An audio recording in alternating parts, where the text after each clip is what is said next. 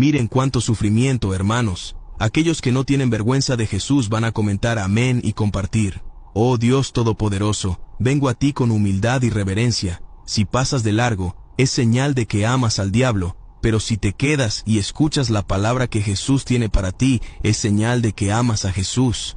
Estoy muy feliz de que hayas decidido quedarte aquí conmigo y hayas demostrado que amas a Jesús.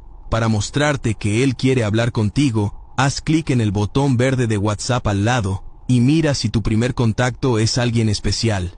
Eso es una señal de que este mensaje es para ti. Pero antes de continuar, demuestra que no tienes vergüenza de Jesús y que tu amor por Él es verdadero, haciendo clic en los botones a tu derecha y compartiendo este mensaje.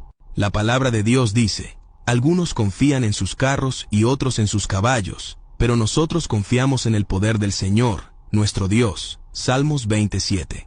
Si confías en el Señor y buscas una respuesta para lo que has estado pidiendo cada día, declara tu amén en los comentarios y di desde qué ciudad nos estás viendo. Después, haz clic en el botón verde de WhatsApp y envía este mensaje como testimonio a las personas en tu lista, llevando esta bendición adelante.